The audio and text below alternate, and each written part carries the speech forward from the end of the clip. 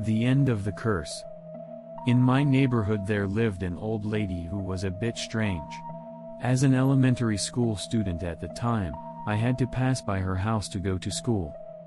The old lady was, shall we say, eccentric. She would greet children and yell at them if they did not return her greetings. She would often be seen arguing with people who were walking around smoking or using their cell phones. He also seemed to have a problem with garbage disposal in the neighborhood, and even housewives were not fond of him. I was shy and easily influenced by others, so I had no idea what the rumors were, but I exchanged greetings with the old lady and she liked me very much. A while later, when I was walking home from school with my friends on a rainy day, 5 of my friends who live close to each other were walking along the street, chatting amongst themselves, when Akira, let's call her Akira, mentioned a rumor about an old lady, which led us to go and take a peek at her house. On the outside wall of the old lady's house, there was a beautiful morning glory in bloom, which served as a blindfold between her house and the road, and at the height of an elementary school student, the garden could only be seen through the leaves from the outside. I grabbed her arm and said, "Don't do that," but the umbrella seemed to poke something, and I heard a clang. Oh no! Akira seemed to know the cause of the noise and made a gesture with his hand, urging everyone to run away, and I, being a dullard, followed them at the end of the line and left the place. The next day, when I went to school in the rain, I came across an old lady and the vice principal standing in front of the gate talking. The old lady noticed me and greeted me, and I returned her greeting with a startled look on my face. She said, "There was a girl who broke a bonsai tree in my garden yesterday. She had this umbrella. Does anyone have any idea who it was?" What the old lady was holding in her hand was the school's emergency umbrella, which Akira had borrowed without telling her yesterday. Akira had dropped the umbrella in the old lady's yard yesterday and escaped. I am sorry. There is a possibility that he is a student of our school, so we will scold him properly.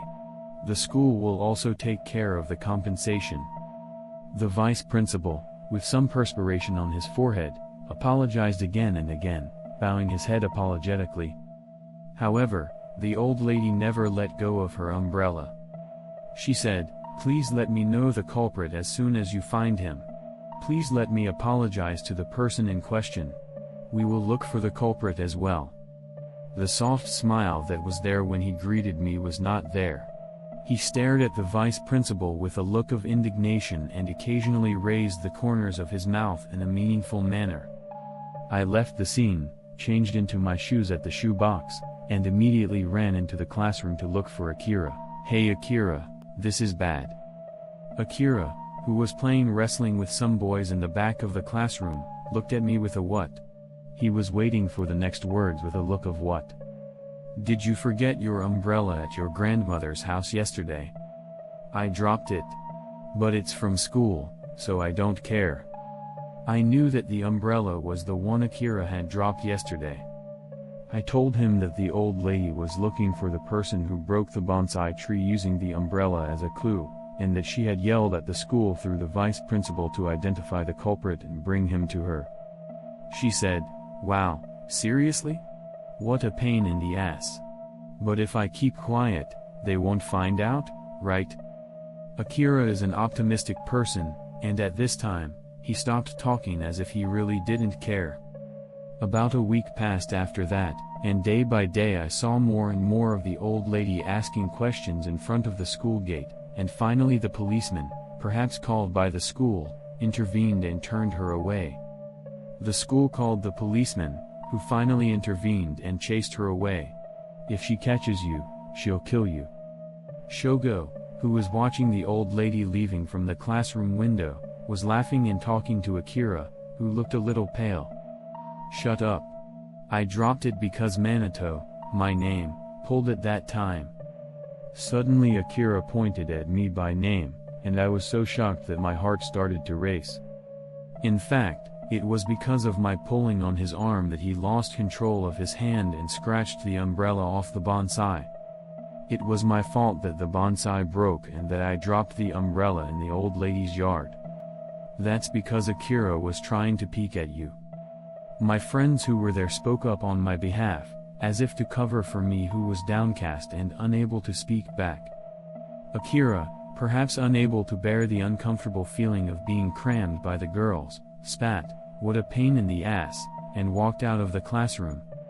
It was after a month that the search for the old lady's killer settled down. One day, I asked my mother about the old lady, since I had not seen her on my way to and from school recently. She said, "Oh, that old woman. I think she passed away." I was about to pick up the meatballs for dinner when I took my chopsticks off and they fell off the plate. I grabbed it with my hand in a panic and listened to the rest of the story while being warned. I think his cold got worse and he died of pneumonia. That's scary, the common cold. You guys should be careful. My mother insisted on the last part of the story, as if to remind my father, who had just finished his bath and was eating without drying his hair. My mother continues her story. According to my mother's story, the broken bonsai tree was a memorable gift from her late husband, who gave it to her as a gift to celebrate her 77th birthday, and she was determined to find the person who had broken the bonsai tree in the rain to make him apologize. However, the old lady caught a cold from overworking herself and died of pneumonia. I have not been able to stop my heart from palpitating ever since I heard the story. It was a few days after the old lady's death. It was the same day, after school when it was raining, Akira had a traffic accident and was seriously injured, breaking his right hand and both legs. A few days after Akira's accident, permission to visit her was granted, so I went to visit her with 4 of my usual schoolmates. When I peeked into the hospital room, I saw Akira's pale face and vacant eyes, which gave me chills. "Oh, you're here. Long time no see, you look good." Shogo, in his usual tone of voice, immediately spoke to Akira in his usual tone of voice, easing his tension. The other children also talked about what they had been up to at school, and Akira seemed to enjoy listening to them. I interpreted Akira's expression when she entered the hospital room as if she was simply bored by herself, but when we got up to leave, she stopped us with a tearful look on her face, which puzzled us all. Shogo nudged Akira and asked, "What's wrong?" Akira opened her mouth. Actually, you know. The content of his speech was as follows. He said that since the day after his grandmother passed away, he has been hearing an eerie old woman's voice at his bedside night after night. At first I couldn't understand what she was saying, and her vocalization sounded as if she had taken off her dentures and was stuttering, but as the days went by, her pronunciation became clearer. "It was you who broke it." Akira, who had become neurotic due to the voice of the old woman for several days in a row, gradually became sleep-deprived and had trouble sleeping during the day. On the day of the accident, he heard the old woman's voice even in broad daylight, and when he turned around, the old woman, who was supposed to be dead, glared at him in the shape of Hanya and chased after him. Akira ran away from the non-existent old lady, and as a result, she ran out into the street and was hit by a car. Hearing this story, we didn't know how to respond, so we connected the silence. Akira laughed cheerfully and said, "Sorry, I didn't sleep well, so maybe it was a hallucination," and we returned awkward smiles in response. After hearing Akira's story, the next day at school, one of the girls came crying to me, and when I asked her what was wrong, she replied, "I saw an old lady in my dream," and sobbed. After that, the friends who were with us that day also dreamed of the old lady, and they all interrogated us in the shape of a prawn, asking, "Is it you or you?" When I heard the story, I shiver every night with the covers up to my head. 3 of the 5 members of that day's group only appeared in my dreams and no harm was done, only Akira was involved in the accident. The old lady felt as if she was on the verge of identifying the culprit, and I was getting neurotic. If you want revenge on the culprit who broke the bonsai tree, why hasn't he done anything to me? Why am I the only one who has no auditory hallucinations, no dreams? Maybe my guilty conscience was no longer able to bear the parallel situation of not letting him live and not killing him. Perhaps it was the difference in the guilt of each of us that the old lady Akira saw and the other three who ended up only dreaming. Before I knew it, I was floating like a fish in a pitch-dark space, searching my surroundings. It was you, wasn't it? I looked up with a start. I heard the familiar voice of an old woman. However, it was different from the voice filled with emotion that I had heard from everyone else, and it was the same gentle tone that she had exchanged with me before her death. Relieved by the tone of her voice, I turned around to confess the truth. "Grandma, I choked on my words. I turned around and saw an old woman staring at me with a devilish expression on her face, her eyeballs wide open. And the old lady. I was so scared that I must have fainted. I was so terrified that I must have fainted, because my memory suddenly went dead, and when I came to, it was morning. When I saw my pajamas and sheets soaked with night sweats, I realized that it had all been a dream. However, I was not so worried about what had happened to Akira.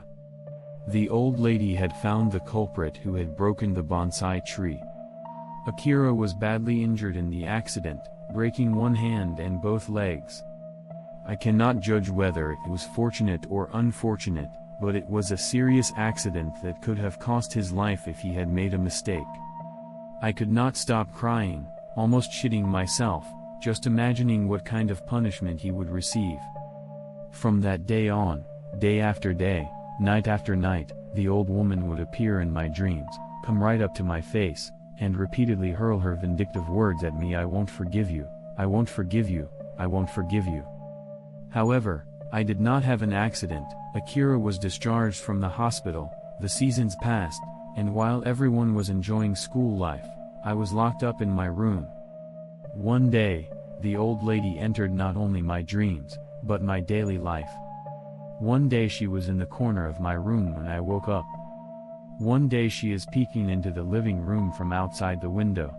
One day she is watching me from behind a telephone pole, another day from the other side of a railroad crossing. He stared at me with all that resentment in his face. My spirit was worn out and I became a recluse as she stared at me at all hours of the day, and in my dreams she would continue to curse and grudge me endlessly until I woke up. The difference between me and Akira is that the old lady is not chasing me yet. If she wanted to kill me, she could have done so already, but there has been no further progress. I still don't know what the old lady wants to do with me. However, if this was an old lady's curse, I could only assume that its end point was my death. Then came the day when I really had to go out, and it was an unfortunate rainy day. I was stuck at a railroad crossing when I heard the old lady's voice behind me. I turned around and caught sight of the old lady across the umbrella. Our eyes meet and she comes running toward me. I turned on my heel to look away, and then I heard a train coming. I stopped and stood there, closed my eyes, and resolved to let the old lady finish the whole thing. But the train seemed to pass right in front of me, and all I felt was the feel of raindrops bouncing off the car body against my face and a gust of wind whipping up my umbrella and hair. I wondered if the old lady didn't want to kill me, and when I opened my eyelids and looked up at the sky, my eyes jumped with the coldness of the raindrops in my eyes. I thought this was another way to feel alive, so I ran out to pick up my umbrella that had been blown away by the gust of wind. I picked up my umbrella, which had been blown close to the intersection and was caught on the guardrail, and the next moment my eyes widened. The next moment, my eyes widened and I saw an old lady's face inside the open umbrella, staring at me. Oh my God! I remember hearing the sound of a car braking, and then I felt a strong jolt to half my body, and at the same time, my vision suddenly leapt to life. It was immediately dark and I found myself lying in a hospital room. Later, when I recovered enough to talk to my parents, my mother told me that I had been in an accident and gave me the details. However, as I regained consciousness, it did not matter to me that my accident had passed. The question was this enough for the old lady, and was my crime forgiven? I am alone in the hospital room after my parents have left, staring at the corner of the room. Because there is an old lady staring at me. This concludes this story. Thank you for listening to the end.